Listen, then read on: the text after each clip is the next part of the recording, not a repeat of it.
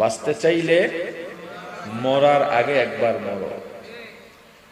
July August গণ অভ্যুত্থানে একটা মাদ্রাসার ছাত্র, কালকে আমি সাক্ষাৎকার দেখেছি ভিডিওতে, কোন টিভিতে যেন সাক্ষাৎ দিতেছে, সাক্ষাৎকারে বলতেছে যে আমার আশেপাশে সব গুলি দিয়ে মেরে ফেলাইছে,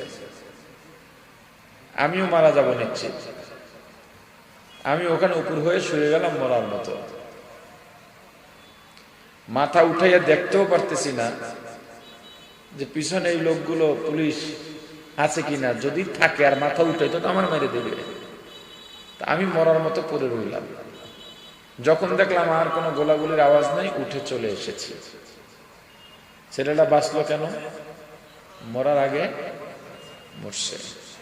কবরে যাব যেই মৃত্যুর কারণে, ওই মৃত্যুর আগে মরো, তার মানে কি মৃত ব্যক্তির কোনো দুনিয়ার চাহিদা থাকে না, মৃত ব্যক্তি কারো সাথে শত্রুতা করতে পারে না, মৃত ব্যক্তির দুনিয়ার লোভ থাকে না, মৃত ব্যক্তি ঝগড়া ফাসাদ করতে পারে না, বদনাম রটাইতে পারে না, চুরি ডাকাতি করতে পারে না।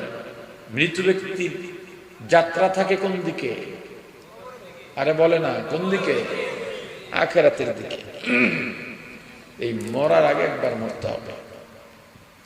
নিজেকে ভেঙে চুরে সাজা। রাসূল করিম সাল্লাল্লাহু আলাইহি ওয়াসাল্লাম বলেছেন, পৃথিবীতে দুই ধরনের মানুষ সব থেকে ভালো। কয় ধরনের? কে বলছেন? মাশাআল্লাহ। এক, যারা কোরআন শেখে। এক, এই অর্ধেকে বলেন, অর্ধেকে বলেন না, কোন দুঃখে?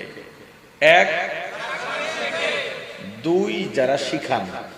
দুই, যারা শেখে তাদেরকে কি বলে? বলেন, ছাত্র। যারা শিখান, এক কথায় কোরআনের ছাত্র এবং শিক্ষক পৃথিবীর সব থেকে ভালো।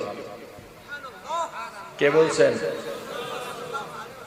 এবার আমাকে বলেন, কোরআন শিখানো হয় কোথায়? প্রাইমারিতে, KG, kindergarten, primary, high school, college, varsity, কোথায়? আওয়াজ দিয়ে বলেন। অতএব পৃথিবীর সর্বশ্রেষ্ঠ শিক্ষা প্রতিষ্ঠান মাদ্রাসা। কে বলছেন? জোরে। এবার বলেন, মাদ্রাসার ছাত্র শিক্ষক কিংবা কোরআনের ছাত্র শিক্ষক দেখলে আমরা কি বলে ডাকি? বলেন। অতএব পৃথিবীতে হুজুররা সব থেকে ভালো। কে বলছেন? এখন হুজুরদের আপনি ভালো জানেন চাই না জানেন, তাতে হুজুরদের কিচ্ছু আসবে যাবে না। হুজুরদের শ্রেষ্ঠত্বের সনদ দিয়েছেন মুহাম্মদুর রাসূলুল্লাহ। সুয়ালে মুকাদ্দার। সুয়ালে মুকাদ্দার বুঝেন? আলোচক আলোচনার মাঝে এমন কিছু কথা বলেন যেই কথায় আপনার ভেতরে একটা প্রশ্ন জাগে। যেমন আপনারা রাজনৈতিক ব্যক্তিদের বক্তব্য শোনেন, টিভিতে রাষ্ট্রপতির ভাষণ শোনেন, বা একজন আলোচকের আলোচনা শুনে চলে যাওয়ার পরে আপনাদের ভিতরে আলোচনা হয়, এইটা যদি অমুকে বলে তাহলে এখানে এটা হলো কেন,